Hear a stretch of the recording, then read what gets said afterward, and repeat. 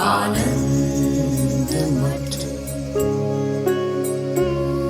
आनंद मठ और ऋषियों की अनमोल धरोहर को संजोएं।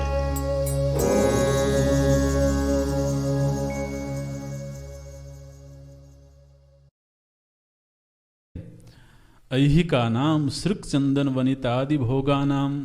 इन सब भोगों की स्थिति क्या है? बोले कर्मजन्यतया अनित्यत्ववत्। चूंकि ये जितनी चीजें हमें प्राप्त हुई हैं इस दुनिया में, ये कर्मजन्य हैं, कर्म से प्राप्त हुई हैं, इसलिए ये अनित्य हैं। तो जिस तरह से इस दुनिया में कर्म से प्राप्त हुई श्रुक चंदन वनितादि अनित्य हैं, अनित्यत्ववत् ये एक तरह से हेतु बना दिया गया। ठीक इसी तरह से अमुष्मिकाणाम, इसी तरह से वहां भी कुछ चीजें प्राप्त होंगी। क्या प्राप्त होगा? बोले ऐसा सुना है हमने कि इंद्र देव अत्ता आदि जितने देवता हैं उनको अमृत की प्राप्ति होती है। यहां तो केवल माला ही पहनने को मिली महाराज, वहां जाओगे तो माला भी पहनने को मिलेगी और अमृत भी पीने को मिलेगा, सोमरस पीने को मिलेगा। तो आप समझो कि अमृत मिल गया। तो अमृत का मतलब तो होता है कि जिसको पीने से व्यक्ति मरे नहीं। आचार्य ने कह दिया बहुत चिंता मत करना, वहां भी लोग मरते हैं, तो फिर अमृत की बात क्यों करते हो? बोले ठीक है, कहने के लिए अच्छा है। बोले वो लोग भी कर्म से ही प्राप्त हुआ ना, तो यदि तो वह भी कर्म से प्राप्त हुआ है तो क्या बोलते हैं? अमुष्मिकाणाम अपि अमृतादि विषय भोगानाम। अमृत आदि जो विषय भोग हैं कैसे हैं? अनित्यतया, वो भी अनित्य ही हैं। अनित्य क्यों हैं? तो पूर्व में हेतु दिया गया था कर्मजन्यतया, यहां पर वो हेतु नहीं दिया गया, पूर्व के हेतु की यहां अनुवृत्ति होगी। तो जिस तरह से इस लोक में प्राप्त हुए विषय भोग कर्मजनित हैं, कर्मजनित होने के नाते अनित्य हैं, ठीक इसी तरह से उस लोक में भी प्राप्त होने वाले अमृत आदि जो भोग हैं वो भी कर्मजन्य होने के नाते अनित्य ही हैं। ऐसा जब वो विवेक करता है, और पूर्व में क्या विवेक किया है? नित्य वस्तु तो ब्रह्म है और उसको नित्य की आकांक्षा है, नित्य को वो पाना चाहता है। तो अब यदि वो नित्य को पाना चाहता है तो वो स्वर्ग को पाकर के भी प्रसन्न नहीं हो सकता है, क्योंकि वो भी अनित्य है। तो देखिए फिर क्या हुआ? अनित्यतया तेभ्यो नितराम विरति। फिर वो उन दोनों से ही, तेभ्यो माने उन दोनों से, उन दोनों का अर्थ क्या है? यहां प्राप्त होने वाले भोगों से भी और अमूत्र प्राप्त होने वाले भोगों से भी। बोले महाराज अमूत्र प्राप्त होने वाले भोग तो अभी प्राप्त ही नहीं है, तो वैराग्य होने का क्या सवाल है? और जब प्राप्त होंगे तब देखेंगे वैराग्य आता है कि नहीं आता है। बोले नहीं, प्राप्त नहीं हुए वो तो ठीक है,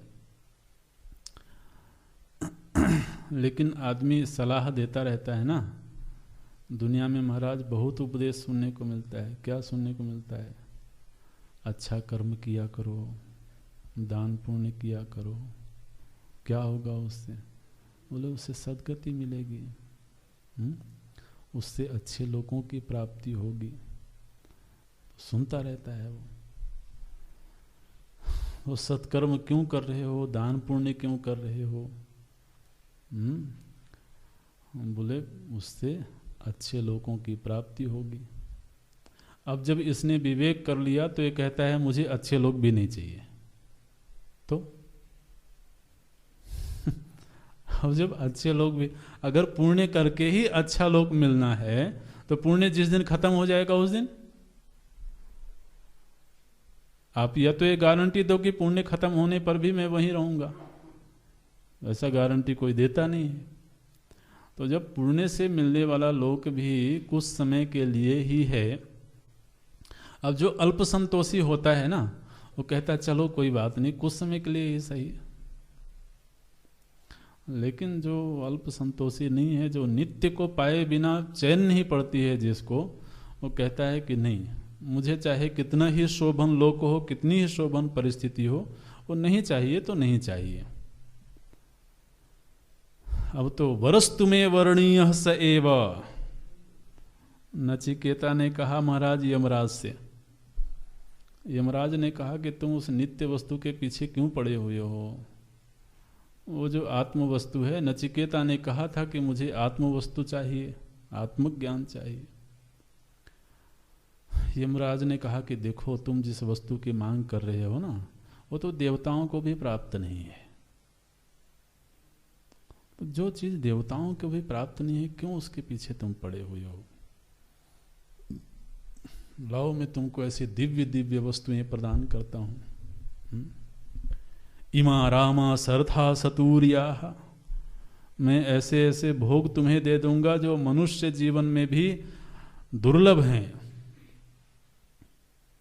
और तुम अपनी इच्छा से मांग लो जिस जिस तरह के दिव्य भोग चाहिए, बस आत्मा की मांग मत करो, वो देवताओं को भी प्राप्त नहीं है। नचिकेता ने कहा नहीं, शोभावमर्त्यस्य यदन्तकैतत् सर्वेन्द्रियाणाम जरयन्ति तेजा। बोले अच्छा ये बताओ, अपने गुरुदेव से वो महाराज ऐसे अड़ गया, बोलता है गुरुदेव ये बताइए, आप जिन वस्तुओं को दे रहे हो, ठीक है मैं ले लेता हूं, कोई बात नहीं, लेकिन आप क्या ये गारंटी दोगे कि कल भी वैसी ही रहेंगी? शोभावा, ये एक पहली टिप्पणी है और बड़ी जबरदस्त टिप्पणी करी है। स्व भविष्यन्ति वा न भविष्यन्ति, वो जितना सुख उनमें, जितना आकर्षण आज दिख रहा है, क्या उतना ही आनंद, उतना ही आकर्षण कल भी रहेगा? यमराज ने कहा ये गारंटी तो मैं नहीं दे सकता। तो बोले फिर आप नहीं गारंटी दे सकते तो मुझे ये वस्तु चाहिए भी नहीं। फिर उन्होंने कहा वरस्तु में वर्णीय से, मैंने पहले जिस वस्तु की मांग करी थी, अभी भी मेरा वरदान वही है, उससे एक कदम मैं पीछे नहीं हटना चाहता। ये तो महाराज वैराग्य है। बोलते हैं ऐहिका नाम सृक चंदन वनितादि विषय भोगा नाम कर्मजन्यतया अनित्यत्ववद आमुष्मिकाणाम अपि अमृतादि विषय भोगानाम अनित्यतया तेभ्यो नितराम विरति इहामुत्रार्थ फल भोग विरागः। उनसे नितराम, हमेशा के लिए रति शून्य हो जाना। विरति ही मतलब अब उसमें कोई बहुत रस नहीं मालूम पड़ता है, कोई रस नहीं दिखाई देता है। यह स्थिति जब किसी के चित्त को प्राप्त होती है, उस चित्त को बोलते हैं विरक्त चित्त। और यह विरक्ति कहाँ से आई? बोले विवेक करने से आई।